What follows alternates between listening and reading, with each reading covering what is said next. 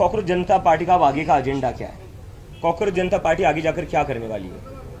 तो मुझे आप सभी लोगों को बताते हुए खुशी हो रही थी कि कई सारे लोग हमें मैसेजेस कर रहे थे, मैसेजेस कमेंट्स पर पूछ रहे थे कि आगे क्या करोगे, आगे क्या करोगे। तो उस पर हम एक अनाउंसमेंट करने जा रहे हैं। सितंबर के महीने में कॉकरोच जनता पार्टी एक नेशन वाइड कैंपेन शुरू करने जा रही है। ये एक तरीके का नेशन वाइड टूर होगा हमारा। इस कैंपेन का नाम होगा क्या बोलती पब्लिक, क्योंकि अभी जो ज़रूरत है वो पब्लिक की बात होने का ज़रूरत है। पब्लिक को अपनी बात रखनी पड़ेगी, पब्लिक की आवाज़ सुनने का वक्त आ चुका है अब। और अगर आप पब्लिक की आवाज़ नहीं सुनोगे तो पब्लिक ये सड़कों पर उतरेगी। तो इसलिए हमने जो डिसाइड किया है, क्योंकि हम वो गलती दोहराना नहीं चाहते जो आज तक इन बाकी लोगों ने दोहराई है। जंतर मंतर का जो हमारा एक्सपीरियंस रहा है, जो हमें समझ में आया है, वो ये रहा है कि इन लोगों का जो कोर फ्रस्ट्रेशन है, ये जो जेनजी है, इनका कोर फ्रस्ट्रेशन ये है कि इन लोगों को डिसमिस किया जाता है, इन लोगों को इग्नोर किया जाता है, इन लोगों से कोई बात नहीं करता है, इन लोगों से कोई पूछता नहीं है कि आपकी एक्सपेक्टेशंस क्या है, आपकी प्रॉब्लम्स क्या है, आपके सपने क्या है, इस देश को लेकर आपकी क्या उम्मीदें हैं, क्या होप्स है, ये कोई पूछता नहीं। तो हम वो गलती दोहराना नहीं चाहते। हम चाहते हैं क्योंकि इस देश की 60% पॉपुलेशन जो है वो अंडर द एज ऑफ 35 है। 65% पॉपुलेशन जो है वो अंडर द एज ऑफ 35 है। यही लोग हैं जो आगे जाकर इस देश का भविष्य है, यही लोग हैं जो आगे जाकर इस देश को चलाने वाले हैं, यही लोग हैं जो आगे जाकर इस देश को आगे बढ़ाएंगे। तो जो लोग आगे जाकर देश का भविष्य है, उन लोगों को इग्नोर करके, उन लोगों से बिना बात किए, उन लोगों से बिना एंगेज किए आप कैसे कोई पॉलिटिकल डिसीजन ले सकते हो, आप कैसे कोई पॉलिसी डिसीजन ले सकते हो, आप कैसे कोई पार्लियामेंट हो या इलेक्शन हो वहाँ पर डिस्कशन कर सकते हो। तो हम जो करना चाहते हैं वो करना चाहते हैं इन लोगों से stakeholder consultation, because they are the biggest stakeholder in India right now. Future उनका दाव पर है, जिंदगी उनकी दाव पर है। तो कॉकरोच जनता पार्टी इन सभी पूरे देश भर में घूमेगी, इन सभी लोगों से बातचीत करेगी, समझेगी इनके मुद्दे क्या है, इनकी क्या एक्सपेक्टेशंस है, और देश की एक इन टोटलिटी पॉलिटिक्स किस तरीके की होनी चाहिए, पॉलिटिक्स के मुद्दे क्या होने चाहिए। बिकॉज हम शुरुआत से कह रहे कि हम एक प्रेशर ग्रुप है जो चाहते कि एक पॉलिटिकल डिस्कोर्स चेंज हो इस देश का।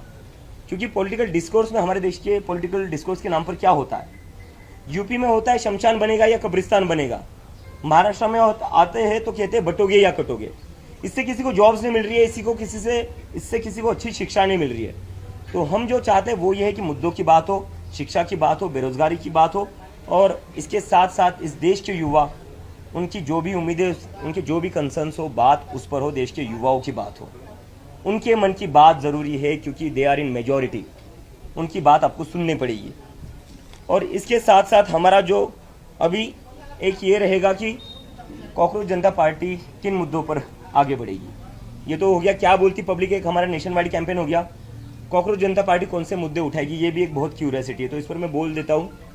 एजुकेशन रिफॉर्म्स एक सबसे बड़ी हमारी टॉप प्रायोरिटी रहेगा, क्योंकि आज हमारी देश की जो भी हालत है वो इसी की वजह से, क्योंकि एजुकेशन प्रायोरिटी नहीं है, ना वो किसी भी पॉलिटिकल पार्टी की है, ना वो सरकार में जो लोग बैठे हुए ना उसकी प्रायोरिटी है। तो इसलिए एजुकेशन रिफॉर्म्स हम चाहते हैं। आज की डेट में हमारे देश में एजुकेशन अनअफोर्डेबल बन चुका है।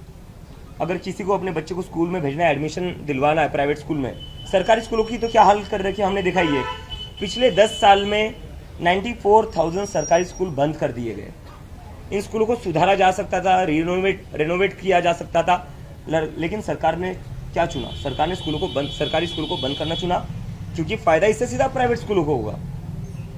तो सरकार की तो कहीं पर भी प्राथमिकता नहीं है कि कैसे ज़्यादा से ज़्यादा बच्चों को एजुकेशन मिले। हम वो बदलना चाहते हैं। हम चाहते हैं कि ये जो शिक्षा को इतना एक्सपेंसिव बनाया है, स्कूलिंग को इतना एक्सपेंसिव बनाया हुआ है, वो एक तो पहले कम हो जाए। कैसे कोई family, middle class family, lower middle class family अपने बच्चे को अच्छा एजुकेशन दिला सकती है, जब उनको हर साल 1-1.5 लाख की तो फीस ही देनी पड़ती है फर्स्ट या सेकंड स्टैंडर्ड के लिए। उतनी तो ना इनकम होती है, ना सेविंग्स होती है फैमिलीज़ की। जो परिवार 40-50 हज़ार कमाता है, घर चलाने में उसके 30-40 हज़ार जाएंगे, बचेगा क्या, बचेंगे 10 हज़ार हर महीने के। कहाँ से एक साल के वो 1-1.5 लाख भरेंगे। तो ये सबसे पहले कम होना चाहिए। प्राइवेट स्कूलों पर कैप लगना चाहिए फीस के रिगार्डिंग। सरकारी स्कूलों पर सरकार को काम करना पड़ेगा। आपकी जिम्मेदारी है सरकारी स्कूल चलाना। जिस तरह से अपने डीमोनेटाइजेशन के बाद हर जिले में अपने मुख्यालय खोल दिए थे, अपने हेडक्वार्टर्स खोल दिए थे, आपने क्यों वैसे स्कूल्स नहीं खोले, उल्टा आप स्कूल बंद करते गए हो। तो ये नहीं चलेगा। एजुकेशन रिफॉर्म ज़रूरी है। और ये बस प्राइमरी स्कूल की बात नहीं है, जो कॉलेजेस में भी डोनेशन आते, मैनेजमेंट कोटा चलता है, डोनेशंस के नाम पर जो सीटें भरी जाती है। एक तो सीटें कम है हमारे देश में, कॉलेजेस में सीटें कम है, जिसकी वजह से कई लोगों का हक मारा जाता है। मैनेजमेंट कोटा के ऊपर कोई बात नहीं करता है। 25-25, 30-30 लाख देकर वहाँ पर सीटें भरी जाती है, उसके ऊपर कोई बात नहीं करता है। तो एजुकेशन रिफॉर्म्स को हम पुश करेंगे, जहाँ पर हम चाहते हैं एजुकेशन अफोर्डेबल बने। ऐसा एक भी इस देश में व्यक्ति ना हो जिसको लगे कि मेरे बच्चे को मैं पढ़ा नहीं सकता, मैं मेरे बच्चे को इंजीनियर नहीं बना सकता, मैं डॉक्टर नहीं बना सकता, मैं साइंटिस्ट नहीं बना सकता, क्योंकि मेरे पास उतना पैसा नहीं। क्योंकि डॉक्टर बाबा साहेब अम्बेडकर ने कहा था, education is a fundamental right, education is not a business, it's a fundamental right of every kid that is born in India and we want to ensure that. उसके बाद में है इंस्टीट्यूशनल अकाउंटेबिलिटी।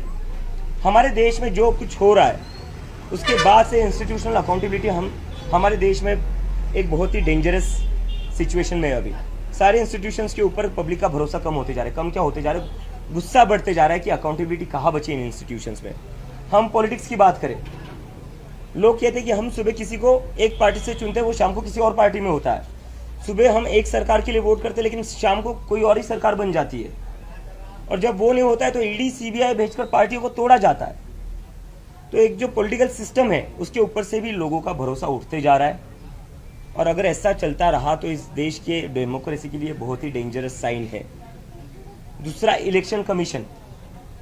हमारे देश में एक टाइम हुआ करता था जहां पर वोटर्स सरकार चुनते थे, लेकिन आज के दौर में क्या हो रहा है, सरकार चुन रही है कि वोटर कौन होगा, सरकार चुन रही है कि कौन वोट नहीं करेगा, कौन वोट डालेगा। तो डेमोक्रेसी ऐसे नहीं चल सकती है। तो इस पर इलेक्शन कमीशन की जो अकाउंटेबिलिटी है वो भी फिक्स करनी पड़ेगी। अगर इलेक्शन कमीशन की अकाउंटेबिलिटी फिक्स नहीं करेंगे तो ये देश में इलेक्शन मैनिपुलेशन होता रहेगा, और उससे उसके बाद नाम के इलेक्शंस रह जाएंगे। It will just become a formality, जो हम नहीं चाहते। और उसके साथ साथ अभी जुडिशरी जो है, जुडिशरी के ऊपर भी बहुत बड़ा प्रश्न चिन्ह निर्माण है। लोग कहते कि जो कॉमन इंसान जुडिशरी में जाता है उसकी सुनवाई जल्दी नहीं होती, उसकी हियरिंग जल्दी नहीं होती, उसके डिसीजन जल्दी नहीं आते, उसके ऑर्डर जल्दी नहीं आते, उसको बार बार जाना पड़ता है, धक्के खाने पड़ते हैं कोर्ट के।